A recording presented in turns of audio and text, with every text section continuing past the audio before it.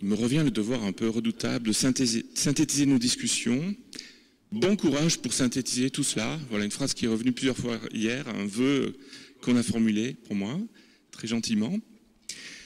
Alors je voudrais dire que cette édition des RVPP a été l'occasion de revenir sur une question qui a déjà été abordée l'année dernière à Vaux-sur-Seine lors d'une rencontre qui était intitulée « Tu ne tueras pas ». Et dans sa propre synthèse des débats de la QV 2022, Madeleine Viguer relevait un certain consensus sur le fait que la guerre juste n'existe pas. Le débat se joue d'ordinaire entre les partisans du pacifisme et ceux de la notion de guerre juste, entre le refus de toute légitimité au conflit armé et de notre côté un arbitrage d'une sorte de casuistique concernant les conditions auxquelles le déclenchement, le déroulement et le règlement d'un conflit armé pourraient éventuellement être justes. Personne ne défendant la possibilité d'une guerre juste l'année dernière, il avait été ensuite largement question de la bonne attitude à avoir, des contributions positives à apporter en tant que chrétien individuel ou en tant qu'Église face à des conflits qui sont tenus d'emblée pour illégitimes, mais faisant partie de la réalité de notre monde. Le souhait des organisateurs des RVPP cette année était de revenir de manière plus approfondie sur ce sujet, sur fond d'une actualité bien évidemment marquée par l'invasion de l'Ukraine. Et il me semble que les débats de cette année ont effectivement été l'occasion de donner de l'épaisseur au débat, à la discussion, à la fois en explorant plus avant la complexité des situations et en faisant ressortir de façon parfois assez nette des écarts entre les positions défendues, par-delà les larges accords sur certains points précis. Et cette complexification du débat a été permise notamment par le choix qui a été fait, qui était fructueux, d'élargir la discussion en partant de l'Ukraine pour englober d'autres conflits armés, en particulier dans la région des Grands Lacs en Afrique. Et le fait d'inviter un général de l'armée française, Jean-Fred Berger, a aussi donné l'occasion d'écouter le point de vue d'un chrétien convaincu, et convaincu aussi que la guerre doit parfois être menée. Les discussions n'ont pas fait l'impasse sur la notion de guerre juste, qui est après tout le titre avec un point d'interrogation. Les apories de ce concept nous ont très bien été rappelées, à la fois par le binôme de Bruxelles, Rémi Paquet et Bernard Coyot, et puis par celui d'Aix. Elles tiennent essentiellement au caractère inopérant des critères usuels d'une guerre juste. Et en particulier, les deux parties d'un conflit se considèrent toujours dans leur bon droit, ce qui rend le concept peu applicable ici.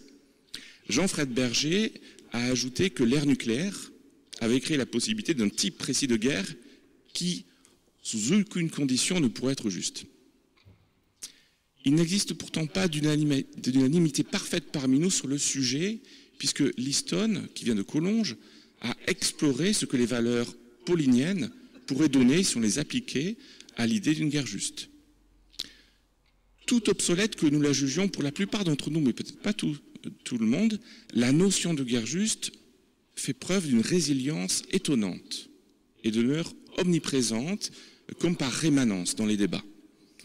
Cette notion s'est rappelée à nous lorsqu'un dirigeant d'église, le patriarche Kirill, a défendu l'invasion de l'Ukraine en instrumentalisant la religion dans le cadre d'une alliance malsaine avec une idéologie politique. De même qu'un certain nombre d'années avant la guerre d'Irak, la seconde guerre d'Irak, avait été défendue théologiquement avec des guillemets par des pasteurs américains, évangéliques, entre autres. De façon générale, chacun prétend déclencher la guerre pour une bonne raison, pour une raison juste, aussi absurde fût-elle, du style « chasser les nazis d'Ukraine ». Cette volonté de se justifier peut être prise soit comme une sorte d'hommage rendu par l'hypocrisie à la vertu, soit de façon plus réaliste comme un cynisme absolu. La volonté de garder des apparences tout en sachant très bien qu'on tient un discours inacceptable et qu'on peut se permettre de le faire publiquement. J'ai toutefois été frappé par le fait qu'en dépit du thème donné aux discussions de cette année, une guerre juste, point d'interrogation, les discussions se sont souvent élargies à une réflexion sur la guerre tout court, voire sur la violence considérée de façon plus générale. Les discussions et les témoignages, issus en particulier de conflits en Afrique, que ce soit grâce à Janine ou à Esdras, ont fait ressortir l'horreur, l'iniquité profonde, le caractère révulsant de la guerre, mais aussi la variété des intérêts qui gravitent autour de ces conflits, qui les prolongent, les intensifient, voire les déclenchent, que ce soit des motifs de nature économique, on pense à la recherche de métaux précieux notamment, idéologique ou religieuse. L'importance de la robustesse des institutions pour garantir la paix a également été soulignée par Olivier Abel.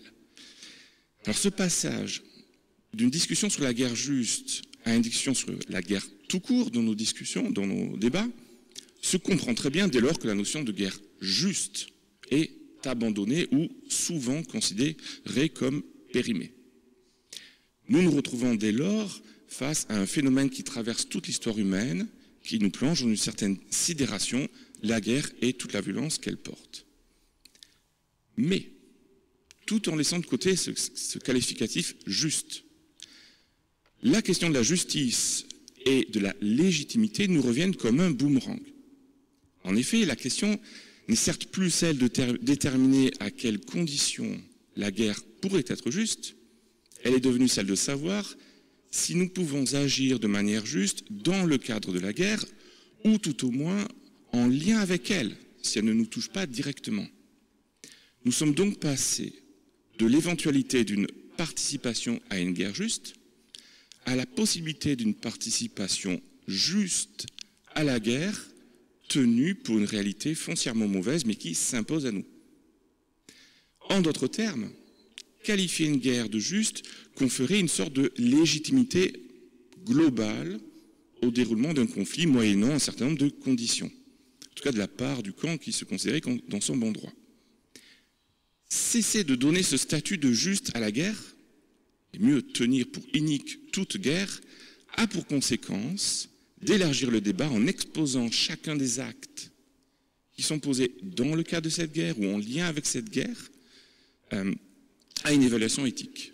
Autrement dit, l'évaluation éthique qui portait sur la guerre dans son ensemble se distribue maintenant sur l'ensemble des actes qui sont posés en rapport avec cette guerre. Et inutile de dire que cela complexifie le débat. D'autant plus que une grande partie des actes qui seront posés ne seront plus alignés avec les motifs qui défendaient, qui déclenchaient, qui soutenaient la guerre. On peut être en désaccord complet avec une guerre, la subir, constater que d'autres la subissent et essayer de les aider, et être amené à poser un certain nombre d'actes dont on se pose la question de leur justice. En un mot, renoncer à la notion de guerre juste, c'est ouvrir la porte à une réflexion sur la justice d'une multiplicité de comportements possibles en lien avec un tel conflit armé, et renoncer au confort théologique et à l'illusion d'une guerre juste ouvre grand la porte à l'éthique. Et je crois que c'est ce qui s'est joué hier dans nos discussions. Le général Berger a insisté sur le caractère nécessaire de l'éthique du soldat, et notamment sur le code d'honneur que portent les soldats français et européens. Si les discussions de la journée d'hier sont souvent parties dans différentes directions, c'est incontestable, c'est justement parce qu'elles ont été largement consacrées à discuter de cette zone grise, où les réponses évidentes n'existent pas. Le domaine de l'éthique, j'ai envie de dire. Et le domaine de l'éthique de situation, qui se révèle souvent dans ces conditions plus pertinentes que l'éthique de conviction. Ça nous a été rappelé plusieurs fois. Un domaine de zone grise où le moindre mal se substitue souvent au bien. Une zone grise où le mystère de la préférence pour le mal des êtres humains, pour reprendre l'expression d'Olivier Abel, joue à plein et nous plonge dans des situations impossibles et dans des dilemmes éthiques. Mais c'est aussi par le biais de l'éthique que les réflexions séculaires sur la guerre juste sont revenues, comme par la porte de derrière. Le binôme d'Aix a en effet suggéré de façon très intéressante que ces réflexions sur la guerre juste conservaient une pertinence en tant que cadre de réflexion pour évaluer de manière éthique, voire moralement, le déroulement de la guerre, les actes posés dans le cadre d'un tel conflit, pour continuer à dire l'anormalité des atrocités, pour nous rappeler la nécessité d'évaluer ces actes et même pour rendre la guerre moins injuste, à défaut de permettre de la qualifier de juste, ce à quoi on a renoncé largement. La question de la légitimité est aussi revenue par la porte de derrière quand il a été question du fait que l'État possède le monopole de la violence légitime. C'est une conception largement répandue. Et comme l'a dit Samuel, lors de la discussion plénière hier, il est crucial pour le citoyen soucieux d'éthique, pour le protestant désireux d'agir de manière juste, de savoir non seulement si l'État use de moyens légitimes pour mener une guerre qui est jugée légitime, et il est crucial de savoir quels moyens, encore une fois, légitimes sont à la portée de ce citoyen pour conduire un combat contre l'injustice et la violence.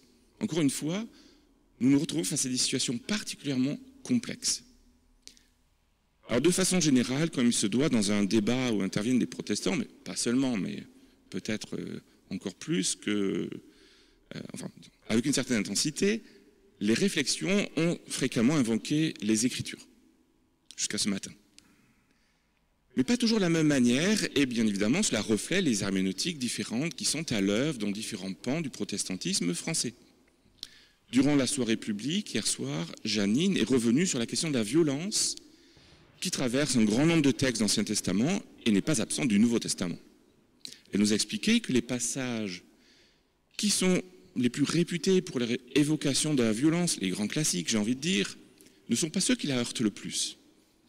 Elle nous a parlé de textes dont des lectures terribles ont été faites pour diminuer les autres, dans le cas de la colonisation en particulier, ou pour nourrir une valorisation un peu étrange de la virginité qui est sous-jacente à bien des viols dans le cadre de la guerre.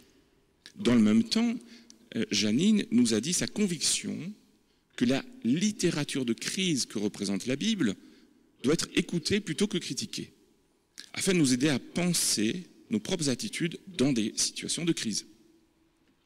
Le binôme de Bruxelles, lui, a dessiné une piste assez différente pour penser à partir de la Bible, à savoir faire des lectures qui suggèrent des subversions de rapports de domination qui sont prégnants dans les sociétés humaines. Ce qu'ils ont esquissé à partir de la parabole des talents pourrait sans doute être reproduit en discutant de nombreux autres textes, que ce soit en y décelant des critiques, souvent implicites, de la violence et de la guerre, par des rédacteurs ou des narrateurs bibliques, ou bien en lisant contre le grain du texte, en se faisant lecteur résistant face au texte. Donc là, on a une multiplicité d'attitudes qui sont possibles et qui donnent lieu à des lectures qui dépendent d'herméneutiques différentes, mais au service d'une même préoccupation. Penser la guerre, la violence à partir de la Bible.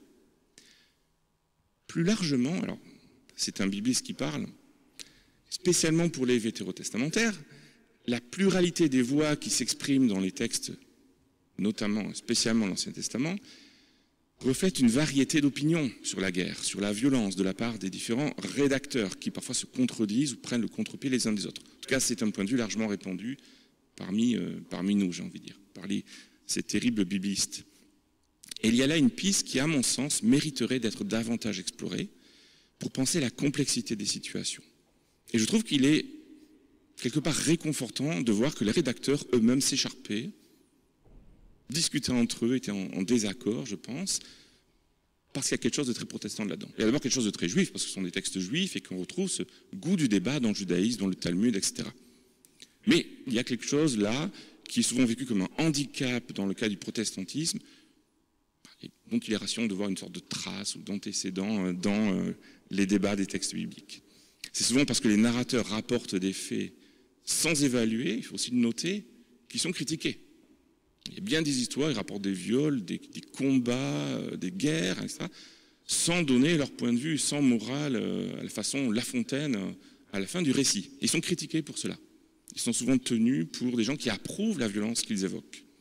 C'est souvent un peu plus complexe, je me permets de le suggérer, quand on fait l'analyse narrative des textes. Et c'est aussi plus complexe parce qu'il y a des narrateurs qui prennent le contre-pied des autres en apportant leur contribution au texte, en rajoutant des versets, etc. Mais tout cela consonne avec le fait que les situations ne sont ni toutes blanches ni toutes noires. Il est rassurant quelque part, à mes yeux, que les narrateurs ne prennent pas toujours position et livrent à notre réflexion, à notre méditation, des situations qui sont souvent complexes, avec des motivations qui sont mixtes, partagées de la part des personnages et, mon Dieu, des jugements qu'il vaudrait mieux réserver au Seigneur. Pour finir, un autre type de divergence est apparu dans la discussion très intéressante qu'il y a eu entre les binômes de Collonges et de Bruxelles, en particulier entre Liston et Rémy, tandis que le premier, Liston, déduit de sa lecture de Paul une opposition entre le monde présent, profondément marqué par le mal, et d'une certaine manière disqualifié, et d'autre part le monde futur eschatologique qui est espéré par bien des chrétiens.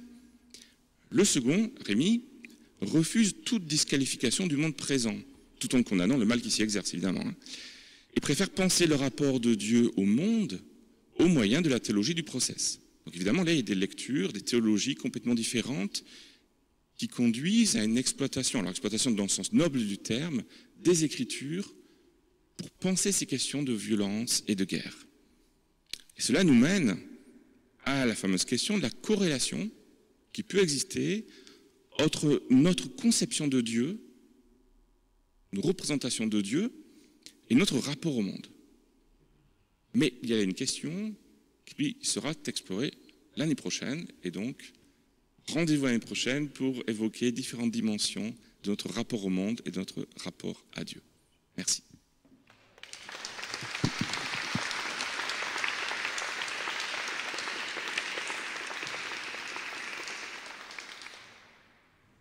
Nous avons du temps pour des questions.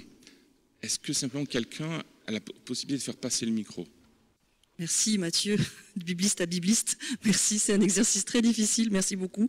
J'ai beaucoup apprécié. Il y a un mot aussi que j'ai retenu de ce qu'on a entendu et que bon, tu ne pouvais pas tout mentionner, c'était évidemment l'importance de la prière, puisqu'on est là dans un rendez-vous de la pensée protestante et on a toujours voulu aussi, comme l'a dit Thierry Legrand le premier jour, la raison et l'oraison. Et c'était pour témoigner dans le sens de ce que Christian a partagé hier. On a rencontré donc Denis Mukwege, le prix Nobel de la paix qu'on a beaucoup mentionné il y a 15 jours. Et il nous a partagé le fait que tous les matins, il lisait ce psaume, donc une prière. Il lisait ce psaume 121. « Je lève les yeux vers les montagnes, d'où me viendra le secours ? Le secours me vient de Dieu qui fait la terre et les cieux. » Et c'était un cri de sa part qui fait écho à ce que Janine, à ce que Esdras, à ce que beaucoup d'autres ont partagé. D'où me viendra le secours face à ces souffrances de tout ce qu'on a entendu ? Et de voir qu'il puise dans les Écritures, dans ces psaumes, dans cette prière, une force pour continuer, c'est très, très mobilisant et je voulais aussi nous encourager à cette prière. Oui, c'est une réflexion qui m'est venue au début de ta synthèse. Tout d'un coup m'est venue cette réflexion. En fait, une guerre juste, ça résonne comme un oxymore. Et on l'a bien dit, hein, ça n'existe pas, etc. Et puis en même temps, ça résonne comme une tautologie si on écoute les gens qui sont dans la guerre, puisque personne, tu l'as dit d'ailleurs, ne prétend se lancer dans une guerre injuste. Après, que ce soit du cynisme ou autre. Et du coup, je me suis dit, finalement, c'est une expression qui dit bien quelque chose de la contradiction interne de la vie humaine, tout simplement, de l'existence. Et du coup, on peut élargir peut-être ça à d'autres domaines de la vie. Alors, ça peut faire parabole, quoi. Voilà. Ok, merci pour cette synthèse extraordinaire et très juste par rapport à ce que nous avons vécu. Je voulais juste ajouter sur cette histoire de la Bible, à la diversité biblique, on peut ajouter aussi la progression. Les questions sont traitées selon les époques, disons. Nous avons par exemple ce texte dont j'ai parlé hier et que je n'ai pas pu expliquer, celui des commandements qui viennent des traditions anciennes pré-israélites, donc des Assyriens, et qui va être transféré dans le domaine théologique alors que c'était plutôt politique, et puis qui sera encore réinterrogé par les prophètes, et ça continue. Donc il n'y a pas seulement la diversité des voix, il y a aussi la progression, les questionnements de ce qui a été vu, accepté comme vérité, et à un moment donné, ça ne l'est plus, on l'interroge, on avance. Donc la Bible, elle est beaucoup plus complexe que ce que j'ai pu en dire dans quelques mots qui m'étaient donnés. Je peux te demander, est-ce que tu peux nous rappeler ce passage, parce qu'on n'a pas tout. C'est en Exode 20, versets 5 à 6. Merci. Merci beaucoup Mathieu pour la synthèse. Un élément qui m'a frappé hier, deux choses. C'est les réactions, disons, dans l'après-midi de plusieurs de nos étudiants qui finalement sont venus un peu tardivement et qu'on n'a pas pu, enfin, donc vivant des situations conflictuelles dans leur pays, ou en tout cas, voilà, commentant un petit peu une espèce de décalage dans leur perception par rapport aux réflexions qui étaient données. C'est pas un reproche, hein, mais on n'a pas pu, tu en as fait légèrement état, mais il me semble qu'il y avait un matériau. S'il était arrivé le matin, par exemple, en plénière, on aurait pu le travailler aussi dans nos réflexions. C'est pas un reproche absolument, parce que je suis dans les organisateurs aussi, c'était à moi aussi de prévoir cette plénière. Voilà, c'est le premier point. Il y a eu, Liston a évoqué le fait que les chrétiens, dans la partie un peu reprise pratique, en fait, qu'est-ce qu'on peut faire du coup, a évoqué le côté, on est des agents de transformation dans le conflit, enfin, les chrétiens sont supposés l'être. Et depuis que j'ai lu ça dans son propos, et ça tournait dans ma tête un exemple assez intéressant, historique, mais je vais le dire très brièvement. François d'Assise qui vient, bon c'est très connu, qui vient à Damiette en Égypte, donc en la période de, je crois que c'est la 5e croisade en 1219, et qui interpelle en fait les deux camps, parce qu'au fond, alors oui, je voulais dire Mukwege, excusez-moi, Denis Mukwege est venu à Bruxelles aussi il n'y a pas très longtemps, on lui a remis le titre de doctorat honoris causa, il a interpellé quand même, parce qu'il pour la première fois il recevait un doctorat honoris causa d'une faculté de théologie. Et il a interpellé les théologiens en disant, voilà, vous avez deux missions, pensez un peu une théologie qui interpelle aussi les autorités, qui prend position sur le plan, disons, que les églises peuvent être un peu prophétiques, et doivent l'être un peu plus qu'elles le sont, enfin, disait-il. Et puis la place des femmes aussi. On l'a évoqué dans les conflits, elles sont à la fois les premières victimes, elles peuvent être aussi des éléments de solution. Voilà. Mais je reviens sur le premier, l'élément prophétique. Et là, on a un exemple historique, excusez-moi, j'avais oublié ça dans mon propos, François d'Assise qui vient sur le terrain des croisades, qui vient s'interposer en quelque sorte, et qui dit, on me dit que, parce qu'il y avait l'argument du malicide, hein, quand on entrait dans les croisades, on combattait le mal, et donc on était autorisé à tuer les gens, et donc il dit, on me dit que les Sarrasins sont mes ennemis, peut-être qu'ils le sont, j'en doute, mais s'ils le sont, on me dit d'aimer mes ennemis. Donc il arrive à Damiette sur le terrain, et donc il prêche à la fois aux croisés en leur disant vous faites n'importe quoi, vous perdez aussi dans la débauche, etc. Enfin, le temps de guerre est un temps vraiment propice au dérèglement en quelque sorte, et donc il interpelle les croisés, et puis il va se mettre sur le front du côté des Sarrasins et du sultan, et donc il va sur la ligne de front et il se fait tabasser par les Sarrasins, parce qu'il ne comprenait pas pourquoi il y avait un croisé qui arrivait là au milieu, et puis finalement il va discuter avec le sultan, etc. Et bon, il y a plusieurs récits de l'événement. Il y a un événement, mais il y a plusieurs récits qui reprennent l'événement de plein de façons. Ce que je veux dire là, voilà, c'est l'aspect interposition, ça a été dit à un moment, et interposition, ça veut dire qu'on est prophète aussi des deux côtés. Et François interpelle le camp des justes, enfin de son côté, qui dit oui, on fait une juste guerre, mais il va aussi rencontrer et comprendre celui de l'autre côté. Voilà, c'est l'exemple m'est venu, c'est pas du tout pour dire regardez, il y a cet exemple qui est là, mais ça m'a trotté dans la tête depuis que Liston a évoqué cette dimension-là, et ce côté un peu force d'interposition, voilà, ce côté prophétique peut-être, voilà, mais je sais pas si c'est utile dans la conversation. Merci beaucoup. Voilà. Moi, je suis d'origine belge, un pays qui était neutre et qui s'est fait envahir 2 fois par les armées allemandes. 2 fois, la bibliothèque de l'université de Louvain a été bombardée et brûlée. Je plains le bibliothécaire qui, en 1939, était tout content d'avoir refait ses collections et puis qui les a vues à nouveau brûlées. Puis maintenant, je suis en Suisse, qui est aussi un pays neutre, mais qui fabrique beaucoup d'armes, qui les vend avec l'idée que personne ne va les utiliser. Voilà, avec tout un débat récent de savoir est-ce que les armes qui ont été vendues à l'Espagne ou à d'autres pays, ces pays acheteurs pourraient les transférer à l'Ukraine. Et je trouve, en rebondissant à ce qui vient d'être dit, c'est que finalement, parfois, dans la justification de la guerre ou dans la guerre juste, on s'abandonne à des logiques qui sont complètement fatales. Et que justement, le rôle peut-être de la Bible ou de la théologie ou de la dimension prophétique, c'est-à-dire qu'est-ce qu'on fait de ces logiques qui sont que apparentes, mais en fait qui sont des logiques perverses. Et je pense qu'il y a, de la même manière qu'il y a tout un débat sur la décroissance, il y a eu tout un débat aussi sur la désescalade nucléaire, mais d'une certaine façon, c'est du toilettage à la marge, parce qu'en gros, on fonctionne toujours dans cette logique que fabriquer des armes, c'est bien, ça crée de l'emploi, ça fait de la croissance, ça fait des revenus, et puis on est OK avec ça, quoi. Et peut-être qu'il faudrait plus creuser aussi cette dimension, de dire c'est pas simplement on va être neutre, parce que quand on est neutre, on choisit quand même un camp, mais c'est de dire aussi en tant que croyant, qu'est-ce qu'on fait?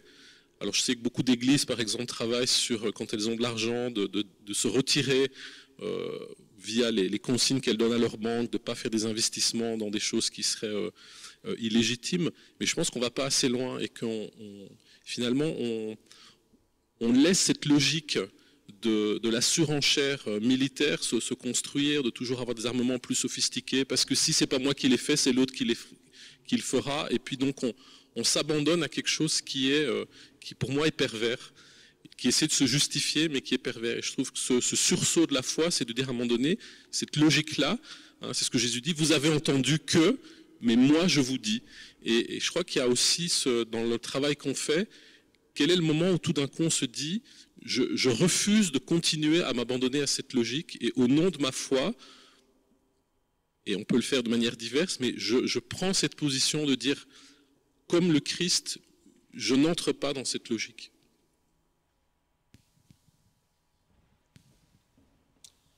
Merci. Alors moi, je pense que ce n'est pas seulement les armes. Il y a des armes qui peuvent être produites et ne pas être utilisées. Je pense à la réflexion de Hannah Arendt, mais son premier mari, Günther Anders, qui dit quelque chose de très fort. Il dit tout ce que nous produisons, en fait, la guerre, on détruit ce qu'on a produit, et tout ce que nous produisons sera détruit. Ces chaises seront détruites, tous les objets, les voitures seront détruites, les avions seront détruits. Tout est fait pour être détruit. Quand nous pensons guerre, il faut penser aussi la guerre, c'est aussi la destruction de tous les objets que nous produisons. Donc, vous voyez, c'est plus la pensée un peu terrifiée de Günther Anders, c'est de dire qu'une société d'hyperproduction, c'est aussi une société d'hyperdestruction. Mais c'était juste pour généraliser la réflexion de David, en disant que ce n'est pas seulement les armes, c'est aussi tous les objets. Parce qu'en fait, tout ça, ça se produit au détriment d'abord de la biodiversité, parce que nous allons vers une grande catastrophe. Et la première catastrophe, c'est même pas pour nous les humains, c'est d'abord pour tous les êtres vivants de cette planète. Je pense qu'il faut qu'on le sente. Peut-être que un certain nombre d'humains pourront s'en sortir, mais il faut absolument que théologiquement nous pensions aussi à cela. Et je pense que notre société d'hyperproduction d'objets, elle est extrêmement néfaste et dangereuse, et que la guerre, elle est là. Quand je disais hier soir que la guerre, c'est la guerre au monde, c'est en ce sens-là que je voulais le dire.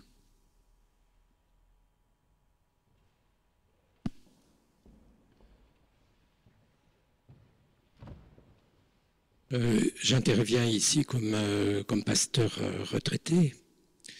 Et donc, je voudrais vous féliciter les uns et les autres, en particulier les organisateurs de cette réflexion, pas seulement celle-ci, mais celle qui s'inscrit dans la durée annuellement, parce que vous réussissez à relever un vrai défi, c'est-à-dire permettre que ressurgisse au cœur du protestantisme français le débat. Le protestantisme, il est pluriel par définition, et c'est notre chance. Donc je voudrais vous encourager à ne pas trop vite fermer les options alternatives. Les remarques que je voudrais faire ici sont de cet ordre. Merci à Mathieu Richel pour la synthèse. Je pense qu'elle est très remarquable, même si sur tel ou tel point on peut avoir une appréciation un peu différente. J'ai craint hier, à travers un certain nombre d'interventions, que vous laissiez tomber le point d'interrogation à votre thématique. On passe trop vite d'une guerre juste qui nous interroge à une guerre juste qu'on affirme comme juste et légitime. C'est une interrogation pour moi, un vieux fils de Wilfred Monod, Henri Rosaire et René Cruz. L'histoire, je le pense, est toujours écrite par les vainqueurs. Et je voudrais en prendre un exemple. On a évoqué les croisades tout à l'heure. C'est par définition des guerres justes. Même si elles sont scandaleuses, elles furent justes et considérées comme justes. Et je voudrais vous inviter à lire la chanson de geste, qui est la chanson de la croisade albigeoise, comme ça, pour la raison suivante, c'est parce que la première partie est écrite par les Cathares, et la seconde partie, son épilogue, est écrite par les vainqueurs. Mais il s'agit de la même continuité du texte. Lisez cela si vous voulez bien. Il y a donc deux manières d'écrire l'histoire. Je ne crois pas du tout, alors par contre, contrairement à ce qui a pu être dit hier soir, je ne crois pas du tout au changement de paradigme. C'est-à-dire qu'il est une voie, celle du pacifisme, qui est une interpellation à nos églises et qu'on entend aujourd'hui trop peu, mais elle existe. Et je vous inviterai à y faire droit. C'est une interpellation assez fondamentale. Elle porte sur les ventes d'armes, par exemple, et sur l'éthique autour des ventes d'armes. Je pense cela comme des enjeux essentiels, c'est-à-dire l'arrière-plan économique des guerres que l'on veut mener et que l'on justifie. Je voudrais dire aussi qu'en ce qui concerne la guerre en Ukraine, vous oubliez la dimension migratoire, les déplacements de population. J'ai pensé que seul le général Berger hier soir avait un rapport au réel. Il nous racontait la guerre, sa guerre, c'est-à-dire notre guerre. Parce que les migrants, c'est ici que nous les accueillons. Et je vais vous dire, avec un statut spécifique d'intégration, contrairement aux autres, et ils sont, comment dire, extrêmement sévères à l'égard des Arméniens, par exemple. On n'a pas parlé de l'Arménie durant tout le week-end. Et les Ukrainiens qui disposent d'un statut un peu privilégié d'intégration dans la société française voient les autres réfugiés, migrants, comme ça, comme des concurrents dans la société française. J'ai encore peut-être un dernier point. J'ai été intéressé naturellement, comme vous l'êtes, par la résurgence de quelque chose qui est de l'ordre d'un dialogue nord-sud dans les contributions qui ont été faites. Je me suis interrogé pour ma part pour savoir si nous parlions tout à fait de la même chose. Et j'avoue, mais peut-être avons-nous dans notre génération été davantage formés à cela, j'avoue que les interpellations qui ont été adressées à la société occidentale, qui est la nôtre, par les différents intervenants. Je pense la guerre des Grands Lacs, je pense à d'autres situations en Afrique ou ailleurs. Cette interpellation doit effectivement, et alors très sérieusement, être reçue par nous. Elle met en cause notre modèle. Et j'ai eu le sentiment que nous ne voulions pas entendre cette mise en cause du modèle occidental, qui continue à se vivre légitime, hégémonique et porteur des seules valeurs d'humanité de ce monde. Je suis aujourd'hui plus réservé sur cette attente, faire place aux interpellations des étudiants qui sont ici et qui ont valeur, ne serait-ce que par la souffrance dont ils sont porteurs. Je vous remercie. Merci beaucoup. Alors pour rebondir un peu sur l'intervention là, d'une manière partielle, une des choses que j'aurais voulu partager avec vous hier, mais j'en ai pas eu l'occasion, c'était une réflexion qui portait sur la question de la justice, justement après les guerres, mais qui peut parfois se construire même pendant les conflits, et qui m'a particulièrement intéressée, c'est toute la mise en place qui se joue au niveau des tribunaux internationaux. Et donc, ce n'est pas quelque chose qui est spécifiquement chrétien, mais ça nous interpelle justement sur l'appel que nous recevons à pratiquer la justice. Donc, c'est un lieu aussi où nous pouvons être plus particulièrement attentifs à l'engagement éthique que nous pourrions avoir. Et pour rebondir sur la question, parce qu'en fait, la question du contexte est aussi très, très importante quand on prend en compte les situations des uns et des autres, et la question de l'émotion aussi entre en jeu, mais ça c'est autre chose.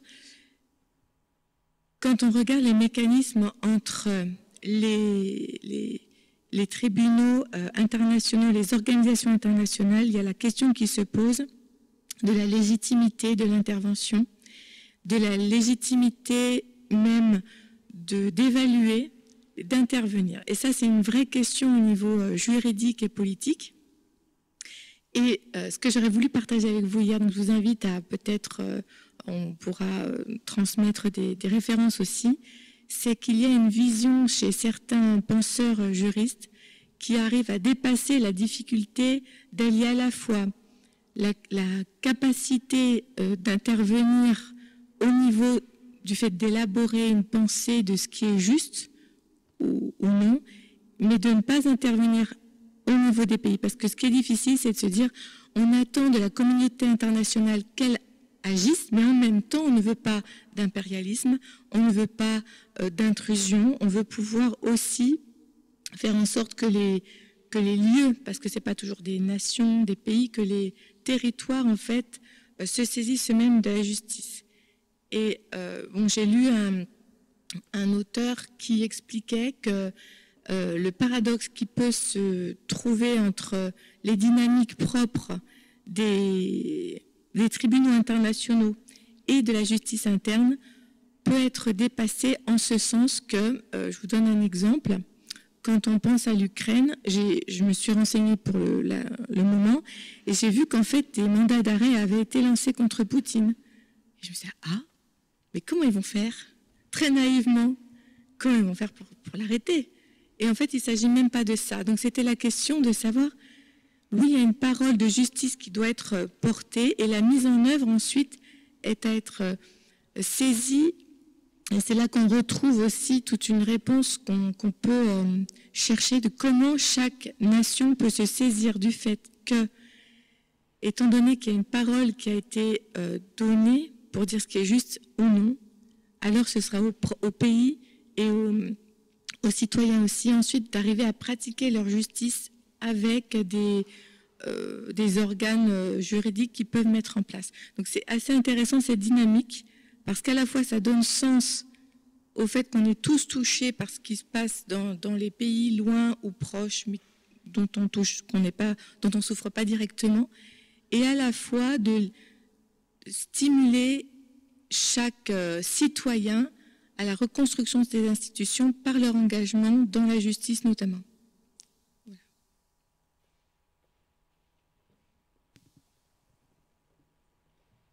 C'est juste pour donner une illustration de ce qu'elle vient de dire sur la question de la justice et dans les cas qui nous occupent. En ce qui concerne l'Afrique des Grands Lacs, je peux donner trois exemples de ce qui se passe dans cette fameuse justice. Il y a des mandats d'aller pour la Cour internationale à l'arrêt. Il y a des tribunaux qui ont été installés pour des cas précis comme le tribunal international pour le Rwanda, le tribunal d'Arusha. Mais il y a aussi ce qui se passe à l'intérieur des pays, comme le tribunal à Gacaca, qui était une façon de régler les conflits au niveau interne et qui s'appuyait sur les traditions et sur la sagesse des anciens. Il y a aussi le Muzimbo que j'ai appris récemment par le docteur de Panzi, qu'il a lui-même essayé de remettre en action tout en réactivant les mécanismes de justice qui étaient là. Et donc, dans tous ces cas-là, on est, en tout cas, les victimes de l'Afrique des Grands Lacs sont impuissants à pouvoir identifier quel type de justice peut régler la complexité de ce qui se passe dans la région. Les mandats d'arrêt internationaux, on a l'impression que les personnes qui sont jugées ne sont pas nécessairement les coupables, ceux qui tirent les ficelles, ceux qui ont enclenché et qui continuent d'enclencher ces situations douloureuses. Le tribunal international d'Arusha, on a l'impression que ça a été installé pour décapiter l'ancien pouvoir et pour éliminer toute autre force politique, afin que la nouvelle force politique qui venait d'être installée puisse fleurir. Et ce que cette nouvelle force politique a produit, tout le monde le sait maintenant. Et pourtant, il n'y a pas de mandat d'arrêt, il n'y a pas de justice à ce niveau-là. Et l'autre cas du Gacaca, ça a été, c'était un mécanisme qui fonctionnait au niveau des villages, mais ça a été détourné et utilisé pour autre chose. Celui de Muzimbo, dont j'ai appris à travers le docteur Mukwege, fonctionne mieux parce que ça vient du peuple et ça vient des personnes qui vivent ces situations de conflit. Donc, c'est une question compliquée qu'elle vient de souligner et qui aurait dû effectivement être discutée peut-être un peu plus. Voilà. Merci beaucoup pour toutes les réflexions qui montrent qu'il y a du grain à moudre et on peut prolonger tout le débat encore jusqu'à l'année prochaine.